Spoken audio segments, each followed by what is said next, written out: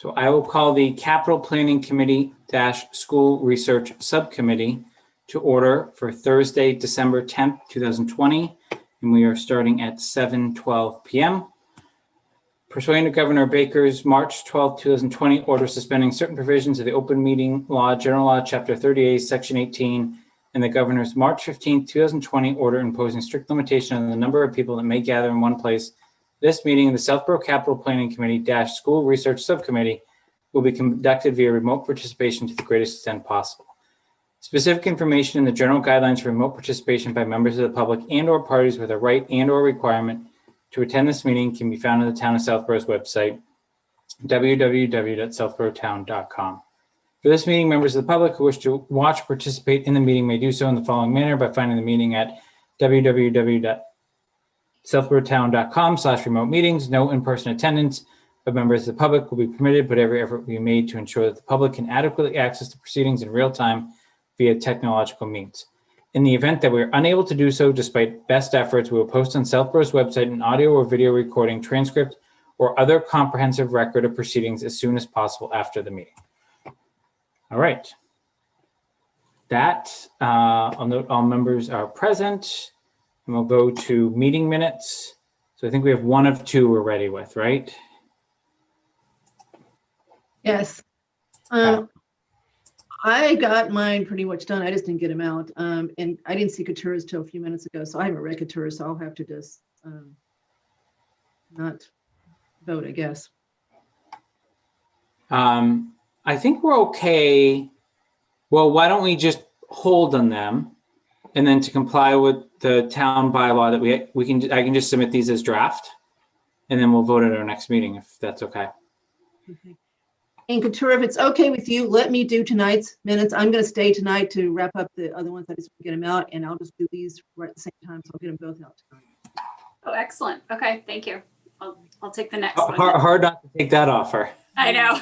So, Merry Christmas. Yeah, thank you. I didn't really, just so that Couture knows, I didn't really have many, if any, edits on those, so I think they're in really good shape, Kath. Okay, I'm sure they are. So I will move to standing updates. I'm going to kind of go in order of how we have it in the agenda. And there may not be any updates at any point in time on any of these topics. And then we'll kind of go to the conversation that I know was the genesis of most of this meeting. So I guess, Greg, have there been any other specific conversations with MSBA since our last meeting? No, the only update that I have is that we did receive notice from MSBA that the accelerated repair project statement of interest window has opened.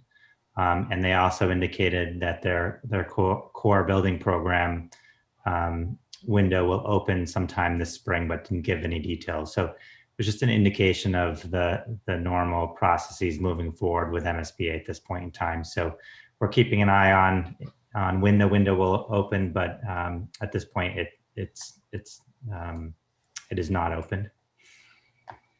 Okay. So there's more than one window. There's one for just the building, to build a new school, and then there's one for repairs. Correct. So there's two? There's two windows, yes. Usually the first one to open is the accelerated repair project program window, and then usually later early spring, the core program window opens. So I have Keith monitoring the windows. And there's no intent to do anything under the accelerated repair program. There's nothing in any of the other schools. Okay. I'm going to click a button that's going to start the recording. It's recording on YouTube, but there's a redundant process. So just everyone hears a background noise. All right. So nothing else in MSBA, it sounds like. Move on to the NESDEC study. Greg, any updates or timeline there? Are we still on track? No updates at this point. I think I have not heard that we're not on track. So I'm assuming that early January, we'll receive the report, but I will have Cheryl Lepre call this week, tomorrow, and just get a status update. Okay. Along the lines of NESDEC, I did submit a request to the Southborough Board of Selectmen to extend the charge of this subcommittee to the end of February. We were currently set to expire at the end of December. So pretty hard to expire without the core mission accomplished. So I expect that they have it on their consent agenda for Tuesday night. It's just more of an administrative task. Next item is school committee feedback. So I don't know, Greg or Couture, if there was anything in last night's meeting that is of relevance to this subcommittee. I don't think so. I don't think there's really been a lot of, I mean, we already did the capital plan, and that was really where it intersects, if at all. So am I missing something, Greg? I don't think No, there's. I think we, if I'm correct, Couture, I think Roger asked that an agenda item be moved forward in the January meeting to discuss this in a little more in depth, the overall scope and in Neary School. Right. And also assuming we were going to have the NESDEC study potentially by then. Right. Okay. Is that going to be your regular open meeting? Is the expectation for that? Yes.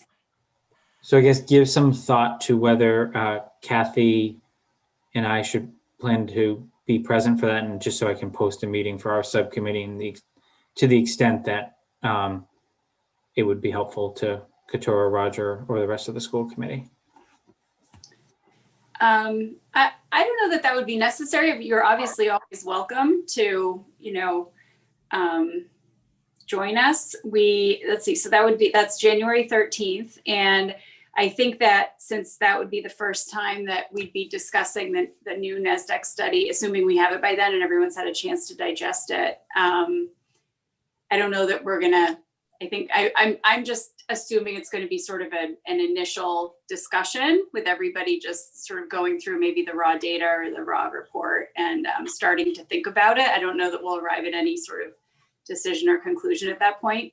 But the only reason I say this is because Kathy and I both have advisory on Wednesday nights too. So to the extent there's conflicts, and I guess to that point, Greg, once Cheryl gets an update of whether it's the original date, et cetera, that's going to come into kind of how we plan our next steps as this subcommittee in terms of what do we need to do with that report? What do we need to meet on? What do we need to discuss, et cetera, as well? So just make one comment, Jason, and I think Couture, Roger and I did talk about potentially having a capital plan subcommittee meeting just to look at the capital plan again and have a little more discussion with that subcommittee around this particular topic. And I'm not sure when I'm not sure. I think we discussed potentially having that before our next Southborough School Committee meeting in January.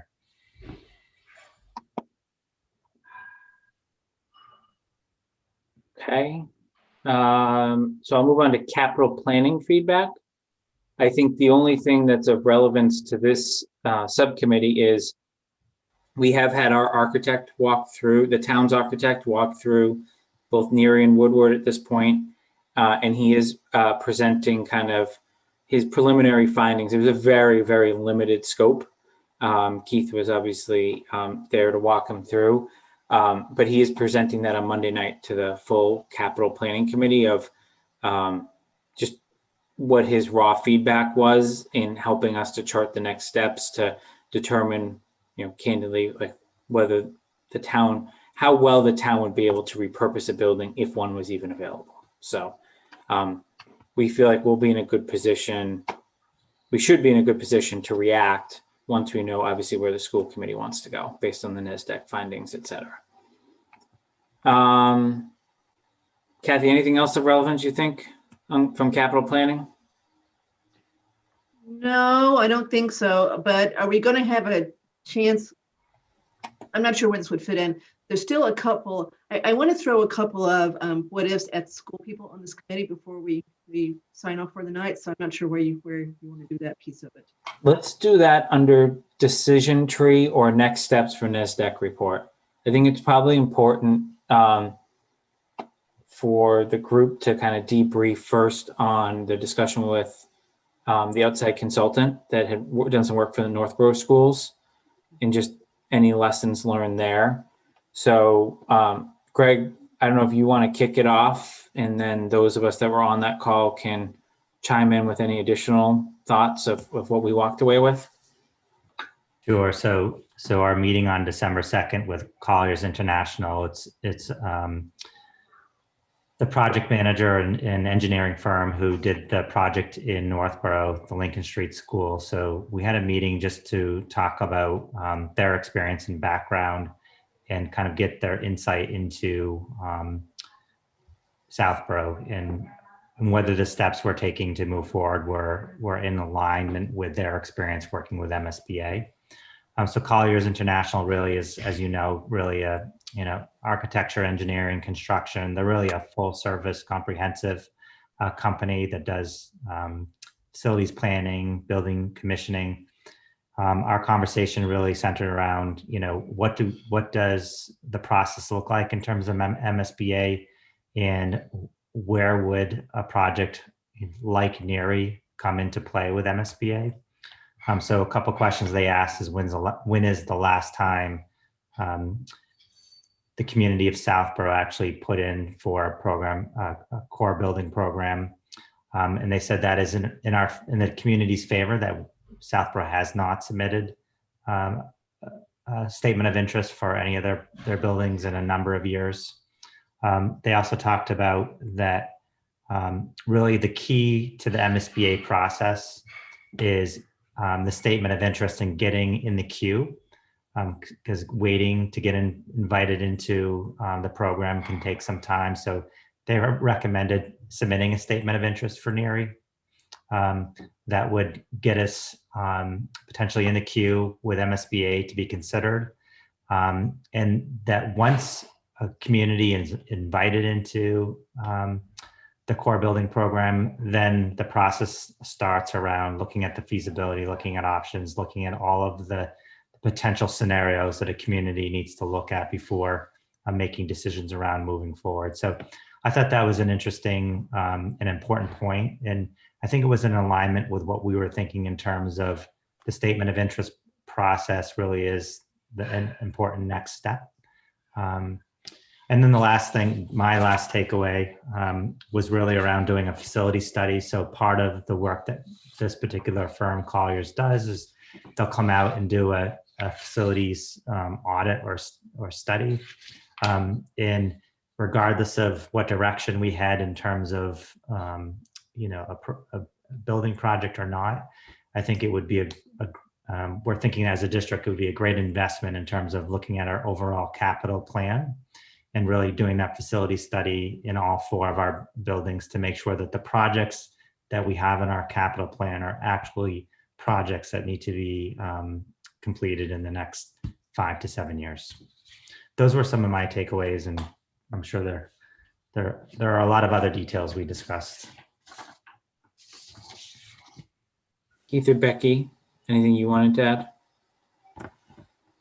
No, I would absolutely agree with Greg's summary of the meeting. I guess overall I was pleasantly surprised to hear that their experience would indicate that our type of project would be something that MSBA would consider versus just simply saying no, this would not be something. So I mean that kind of piqued my interest and certainly got it exciting to start thinking about the different options that were available. And now I reached out to Colliers just to get an idea of what type of pricing we're looking at to do this type of evaluation, whether it be just for NERI or all 4 of the schools.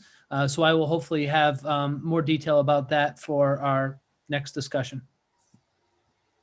Yeah, and the other thing that I really took away from it is by doing this study, that also shows that the town has a level of conviction to move forward with a project, because we're investing in doing studies and we're looking at our buildings and trying to make a smart decision about what our next steps should be. Can you describe in just maybe a few sentences what's included in the facility study?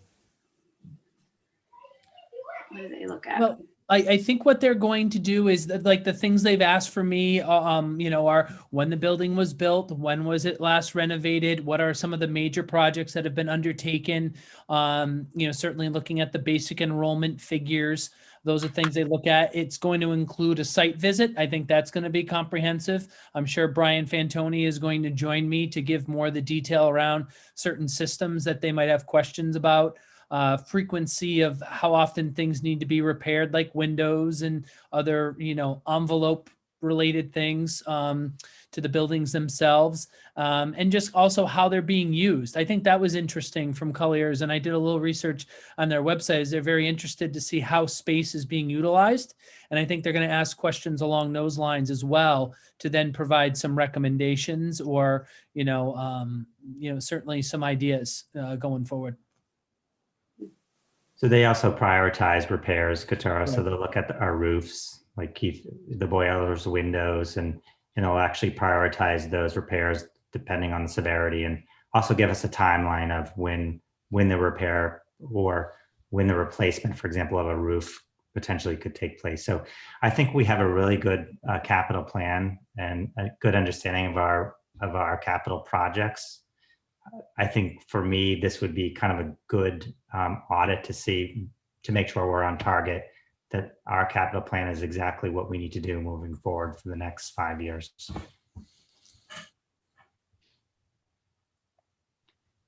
I'm on mute. Before I had a few other, I concur with everything that's been said thus far. I guess a question for you, Keith, is obviously you're going to get a number, right? A range. I don't know if it's for you or any other member from the school administration. Do your procurement policies follow the same procurement policies that we're used to on the town side? Or like what threshold would you then need to introduce other parts? Let's just say money wasn't an object, right? And you could just approve anything you want if you like the vendor. Like, can you just walk us through how that would work? Yes, I actually could, and Becky can certainly reinforce me. I think one thing we're looking at is that $10,000 threshold. So if he comes back and says that we can do all 4 schools for under the $10,000 threshold, we just have to use good business practice, which we've done. We've worked with this, outfit before. We know they're professional.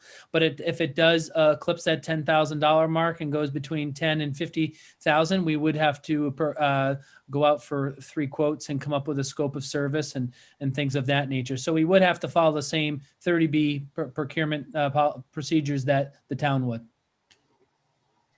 So just a general comment. So Keith actually is taking the PPO course right now. So, and Becky just completed it. So actually he spent this week taking some classes. So that was a good assessment for me. So Keith, you've been paying attention, which is good.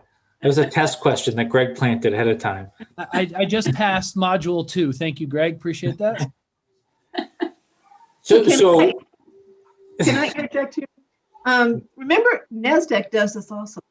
So I've got their website pulled up because I talked to Dr. Betancourt about that part too when I talked to Colin about the demographic study. But they clearly say that they do long-range school facility master planning. Then they do school facilities, that is the best use, capacity studies, and educational specifications. Wouldn't you want to talk to them too, and at least compare the two before you said yes to Colliers? I'm sure Colliers will do a good job, but Colliers doesn't specialize in schools. They obviously have done schools, but that's not necessarily all they do. That's all NASDAQ does. So wouldn't you want to at least talk to them and see what they offer specifically before you sign the contract with Colliers? Yeah, I mean, I think obviously, I think Kathy, when we talked, originally with around what are the options, and that was actually the next phase that he recommended once we moved through this demographic study. So I think it's a good point. I will share that Colliers has a lot of school level experience, a lot of outside expertise and resources within the organization, just because of the size of the organization that I think would benefit us. But I think just in terms of best practice and due process, yes, we'll probably end up looking at a couple different options, and NASDAQ would be one.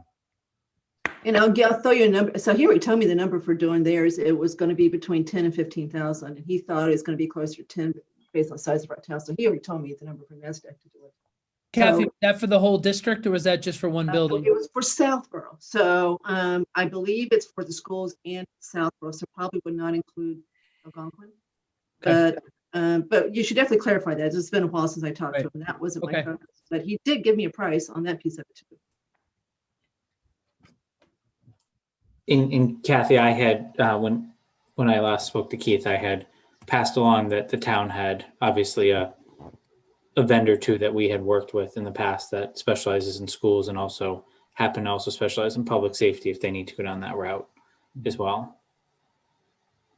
So I guess Keith, you'll let us know on the procurement side how that all plays out. And then funding for that, if would have to go through the school committee, Greg, or would you be looking to Kathy and myself to bring that back to the capital planning committee or some combination thereof? No, my recommendation is going to be to the school committee that regardless of the path that we take in terms of this conversation, that I think it's a wise investment. Regardless, just in terms of, we haven't done this type of facilities analysis audit. So I think it's good timing. It's just a matter of, we need obviously more information around the cost. Okay.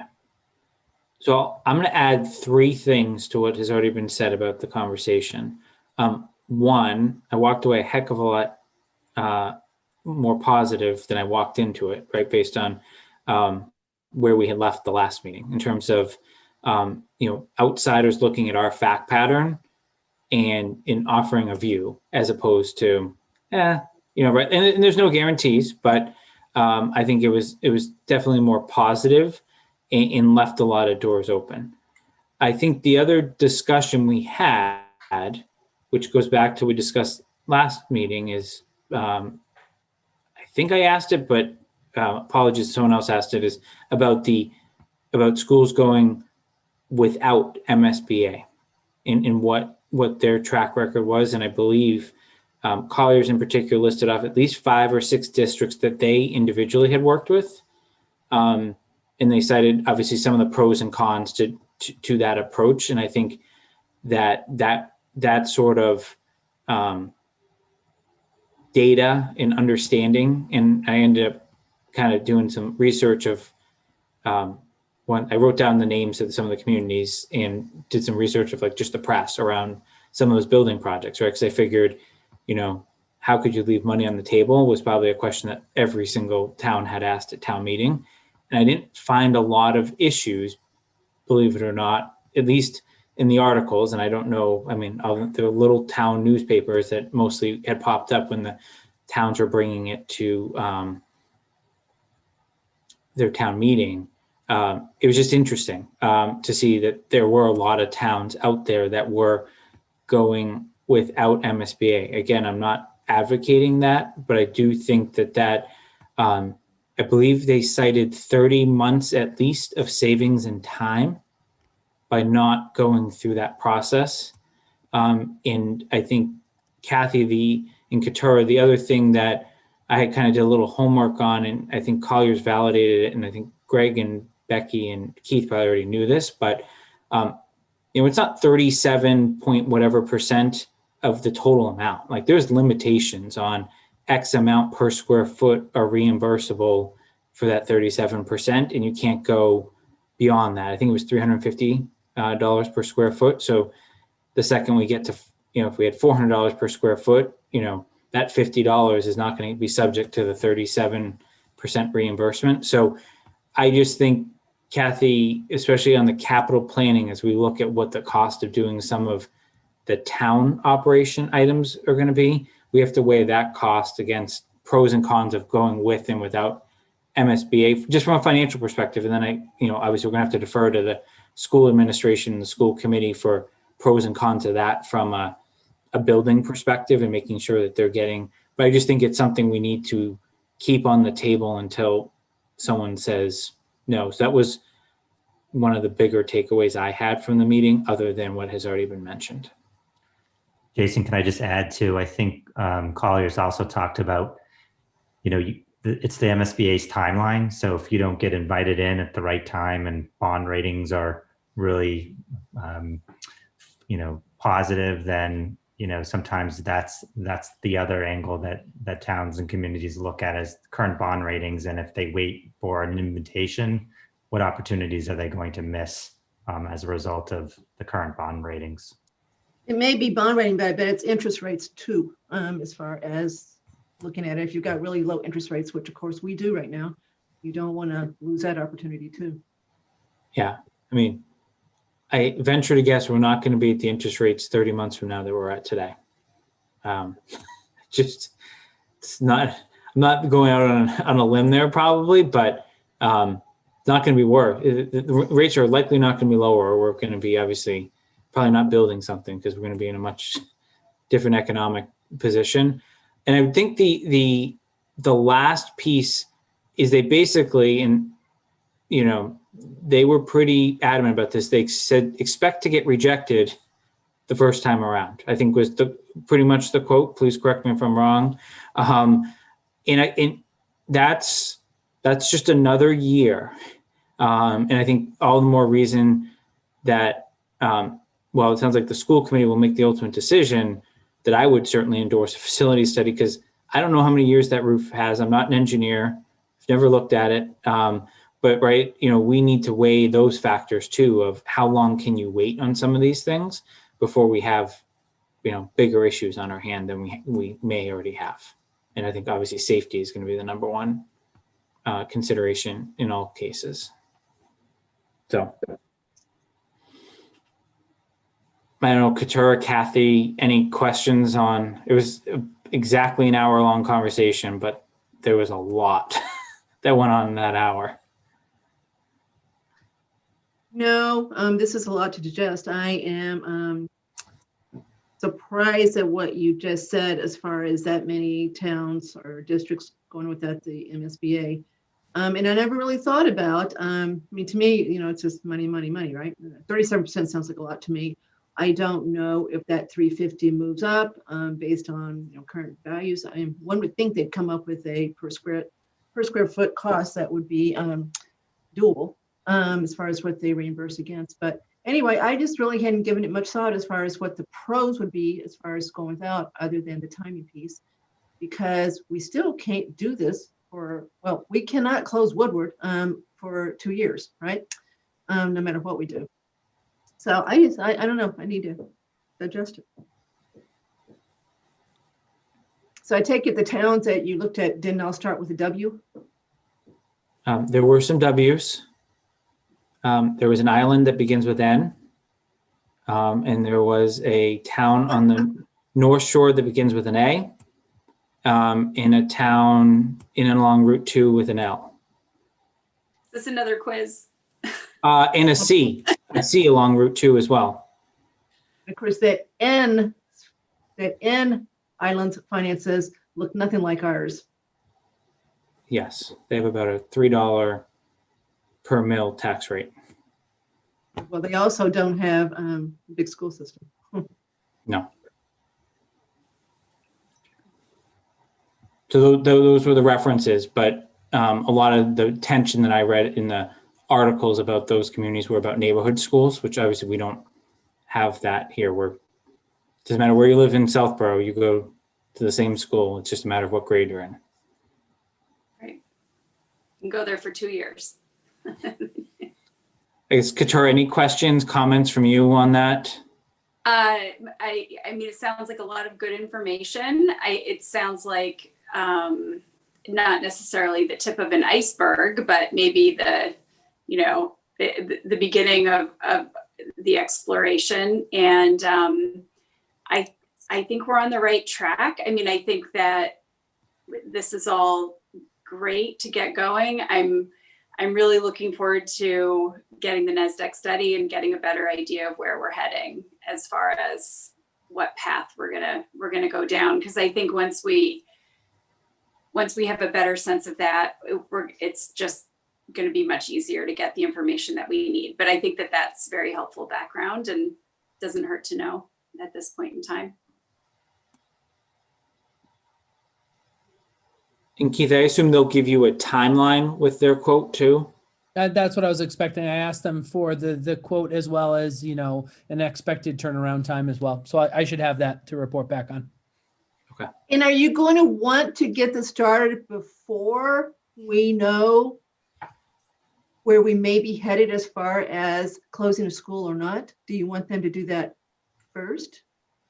Well, I think as Greg mentioned, it was going to be something that we did, we're considering engaging in just to make sure that we were auditing our capital plan correctly. So it is a good thing to do. I did talk to a couple other facilities managers that, they do these things a little more routinely to make sure that they're keeping up with this type of stuff.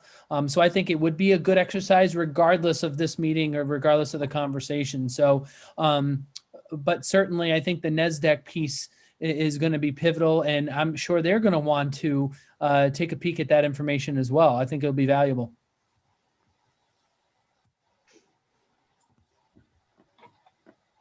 So I'm going to move on from that agenda item and Kathy, give you the floor for what you wanted to raise to the school administration. It's going to kind of combine decision tree / next steps, because I feel like that's where your questions may go, but I don't know. So is that appropriate, you think, based on? Okay, so go ahead. So I truly drive around Southborough thinking about this a lot. That's kind of my obsession these days. So for the 4 school members here, does everyone agree that the choices we have are simply to, if we close a school, is to do one of 2 things: add another grade to Finn, which would have to be 2, and then add 3 to Neary. So you'd have 3, 4, and 5. Or is anyone contemplating putting 4 grades in one of the 2 schools? Is that even something that you guys think is possible, realistic? So Kathy, one of the major takeaways from the Colliers meeting was that there are a tremendous number of scenarios out there, and we really need to make a case of why our statement of interest for Neary, for it to be considered and invited into the program. Once we get invited in, all of those scenarios are looked at and examined. Every potential option, from closing buildings to reshifting grade spans and grade configurations and consolidation, every basically option is looked at, because what MSBA will want to know is that you've done your due diligence and looked at every potential option before going and asking for consideration for the next step. So one of the takeaways I had from that meeting, and correct me if I'm wrong if others didn't, was that the statement of interest should be about the programming and what we think the flaws are of the building and what we're hoping to accomplish. And our goal right now is to get in and be invited into the process, whether it's this year or next year. And once we're invited into the process, the whole process is really around those questions, Kathy. It's looking Okay, so I buy that, but I'm trying to see, isn't that our choices though? Because you, Greg, have stated you don't think 5th grade should be moved to Trotter. So assuming that's what the school committee thinks, and that's not going to be an option. So if that's not an option, then we're left with the other 3 schools. We've all concluded that Finn needs to be Finn because it's built for little people, etc. So the only thing you could do to Finn would be to add 2nd grade. You're not going to add 4th and skip 2nd, 3rd. So you'd add 2nd grade, and then you'd put 3 at Neary, or you'd put both grades at Neary. So I don't see what the other options are besides those 2, and that's what I'm, so I'm trying to see what you guys think now, because I still think you guys know what the options are in your mind. So I think, obviously, you can run through the scenarios. Again, we talked to, like you just said, we don't think moving 5th grade to Trotter is feasible because of a variety of reasons. But in terms of programs, we don't think 5th, 6th, 7th, and 8th grade students make sense together. So our options are keep it as is, move third grade to Neary School, move second grade to Finn. Another option could be we could have 2, 3, 4, 5 and keep the K1. So I think there are, I think what's most feasible based if you were to ask me today without really doing a really deep study is third grade at Neary. So it's 3, 4, 5 and second grade at Finn. So pre-K 1, 2. Okay. So you kind of confirmed what I thought. No one's, we did talk about neighborhood schools years ago, but no one's talking about that now. It sounds like we're pretty much set with not having neighborhood schools. And so it looks to me like that's our two choices. So I think it helps to kind of get that in our head as far as where this could be going versus thinking there's many, many, many scenarios. I don't think there are. I think that's the two. But I think, Kathy, if we're going to rely on MSBA, I think at least what I've taken away is they may not welcome or help with any school project potentially, depending on their view of what the town's doing and all the data they're seeing and how the statement of interest is written, right? So that may bring Woodward into play in a different consolidation scenario than maybe we're anticipating. Because I think there is a scenario that they say, we're not going to give you funding, but the school committee still says we're going to, we think we can close the school. And in which case, unless you can get the funding, you close Neary and you consolidate between Finn. Yeah. So I said that too specifically. I'm not saying which school gets closed. I'm saying you. Okay, that's what I just want to make sure. And you get 3, 4, and 5 in one of the two schools. So let me make that clear. I actually said that, but I didn't mean it. So I'm still, in my mind, I got those schools still in place. Did you have anything else, Kathy? Yes. Has anyone ever have you really thought about whether Neary, as it is, would be better off truly rebuilt from ground up or renovated from inside out? Has anyone really thought about what all needs to be done to Neary at this point besides the roof and the parking lot? I haven't been there in a while. My memory is a really solid school because of the walls being solid, et cetera, big hallways, et cetera. But so I don't know what else is really wrong with Neary that would not let it survive another 30 years. But as you know, when you renovate something, sometimes it actually costs more than just knocking it down and building it from scratch because of all the things you got to work around, et cetera, when you're trying to renovate something. So I am trying to understand what you guys know now before we get Colliers in and et cetera, as far as what you really think about Neary. So far we've been doing things piecemeal, right? We've done a couple projects, we're talking about doing the roof, but what else really needs to be done to allow that school to survive another 30 years if it's chosen to survive? Yeah, I mean, I think, I don't think any of us profess to be knowledgeable about, what the cost benefit analysis of, trying to renovate Neary versus, tearing it down and building new. I will share that the layout of Neary works really well, kind of the one floor and the way it's laid out and designed. And I would imagine that the kind of the time frame the school was built in 1971, it's withstood 50 years, and it's in pretty for a 50-year-old building, it has some good structures. I would say that there's definitely there is a strong case for a renovation project.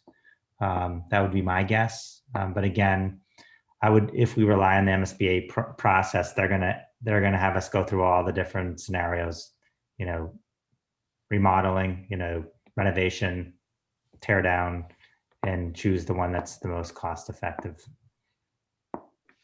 Okay, so I'm just trying to know what you guys know as far as what really could work to start. So I just wanted to throw that out there, especially as far as what I think our choices really are, which I think. Kathy, let me give you a simple example, because this, from the time I spent with Keith in Neary, a bathroom, right? Forget about the fixtures being lowered to the ground.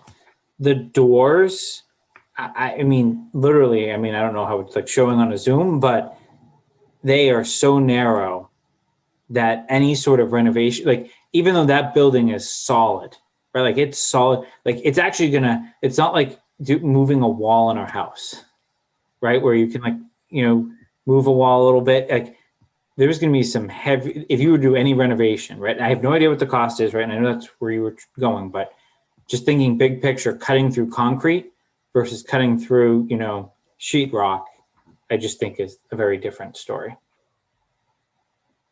Okay, so that's just to help me truly continue to try to think through this and all of different decisions. So that's it. Keith, do you have any? You've lived in Neary. For a short period of time, I was up the hill, if you recall. But the thing I would add to that, Kathy, is electrical. I think it's gotten to the point, it's gotten to its capacity with its electricity infrastructure. So adding anything at this point is we've got to be sure that we have the circuit boards available, which, is a general upgrade, which would be needed of a 50-year-old building. I'm hearing that a lot, even through the COVID related things, where if schools are doing some more significant renovations to get things to where they want for HVAC and other types of systems, the electrical that is required to run, whether it's the technology or the different infrastructure changes, is a big obstacle. So I have heard that pretty steadily, and also with Neary, if we're trying to do anything related to Neary, we've got to be sure that we have the panel space to do it. Adding an air conditioner or adjusting, even as far as a fan or an exhaust fan, we've got to double check to make sure we can handle the electrical load. So that's just another infrastructure piece that I know would be part of a renovation. So one recommendation I have, and would invite anyone who is interested, we have basically Lincoln Street School, which was a renovation project, but we also have Peasley School, which is the identical layout of Lincoln prior to it being renovated. So you can kind of get a sense of what the building looked like before and after to see what some of the ideas they can do with a building that looks definitely has some limitations. So that might be a good, if you're interested and curious, we'd be happy to arrange that and have you see before and after. And isn't there also the issue of once you start doing anything to the building, you have to make it completely ADA compliant? So then that's a whole additional set of alterations. It depends on how much you spend, but we certainly probably trigger it. I don't see how we keep I think we would definitely trip that threshold. Yeah. And also asbestos as well. So, those are to ADA, and asbestos would be certainly things that would be a key point of consideration. We would have to install an elevator, I think, Neary. We would. Yep. I'm kidding. No, we would. Depending what we did with the learning center area, actually, because that particular place, even if it is an auditorium style, if it's on a certain grade, it requires an elevator. And I know I'm being repetitive, but the previous study committee, the teachers, and I think Linda too, all of the educators around the table really liked Neary better than Woodward. And Woodward was even 7 years newer then than it is today. It was a pretty new school. And just hands down, they liked Neary better. We couldn't close Woodward, so it wasn't a choice. So that may have been another reason that the school committee decided not to even go forward with it, because no one wanted to close Neary. There is a real affection for the building. I mean, I think people that have come to know the space do enjoy it, and like you cited, the hallways. That's a big thing. The hallway space allows it to the building to kind of breathe a little bit. I've been in a couple of new schools recently, with some recent projects that were done in the last 7 years. And one thing that they did is they made the classrooms larger, but they made the hallways smaller. So where students were interacting, in some cases, because of population increases, they had to go to one-way hallways. because they didn't account for enough space in the hallway, which I just thought was interesting. And then they forgot to include lockers. It was a middle school, and they forgot to include the dimensions of the lockers, which shrunk the hallway even further. So it is interesting. I do hear frequently about the size of the hallways being something that is just used for a variety of things, and you wouldn't necessarily think of that, but that's one of the advantages that people really like about it. And Jason, we commented on that in our tour, and the architect did as well. He's like, wow, these hallways are larger than expected. And the other comment I would make is just, we also have to visualize the space without central office there. So there's a lot of real estate. It would feel very different if those classrooms are being used and repurposed.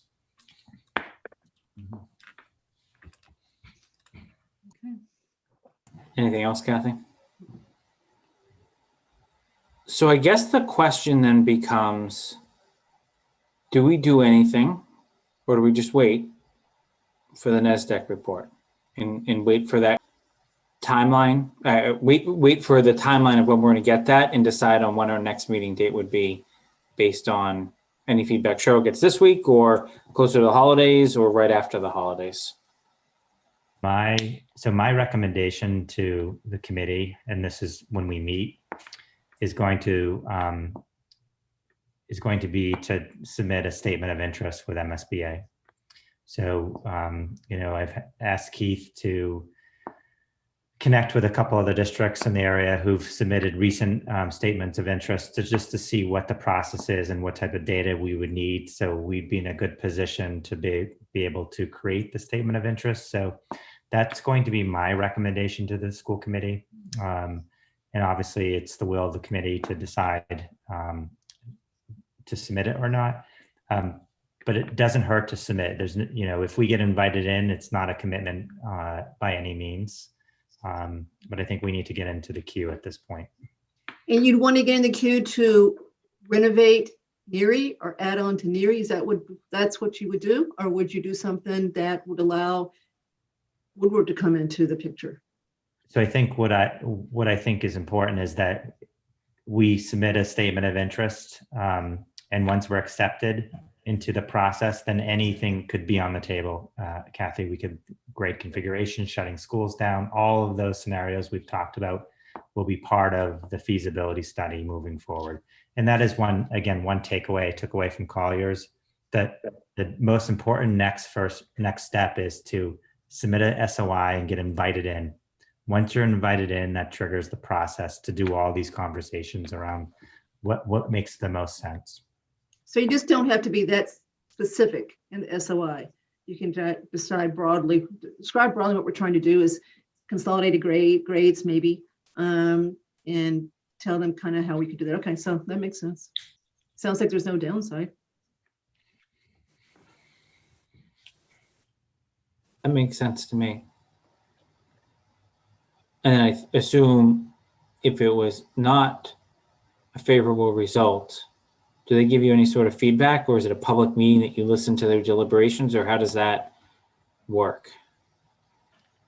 They do. So they will give you some feedback. But again, oftentimes it's just where your priorities are in comparison to other communities. So if there's 20 projects that they think are more important than South Berlin, then you're 21st and you get back in line and you resubmit the SOI the next year. Okay. So I guess Katura, Kathy, for us, I mean, my thought is we wait for NESDEC. Get the readout on that and, be ready to schedule a meeting as soon as we get word from Greg or anyone on his team that they're ready to talk. And then we kind of see what that tells us, right? Because I think obviously you have a few scenarios there. They could show declining enrollment continuing. They could show it stabilizing. They could show it increasing, or they could show it, all over the place, right? And I think and I think that will help chart some of our decision-making process too, while Greg, Keith, and the team work on statement of interest and anything else that may be in line there. Does that make sense? I think that makes sense. Yes, Okay. I agree. Kathy? Yes, it does. Okay. So I guess, Greg, we'll wait to hear from you. And then we'll just be ready to schedule a meeting date as soon as you're ready. Obviously within whatever notice we have to give for open meeting law, et cetera. And I'm sure you'll have a decent heads up. So I assume they would come and present, or they'd give us the report and let us ask questions, or how do you think? Because obviously I know the school committee is probably going to want the same dialogue. I think we can come and have them come and present at a school committee meeting. So let me again have Cheryl reach out and see what the next steps are. I'm so intrigued by what Collier said as far as the pros and cons. The pros of not using MSBA funding. So I just did a quick computation using 1.5% interest over 20 years versus 3%. And it's a big difference. It's $1.8 million difference. If they gave us 3.7, it still sounds like we'd be better off waiting for it. But interest rates can have a big impact on this decision too.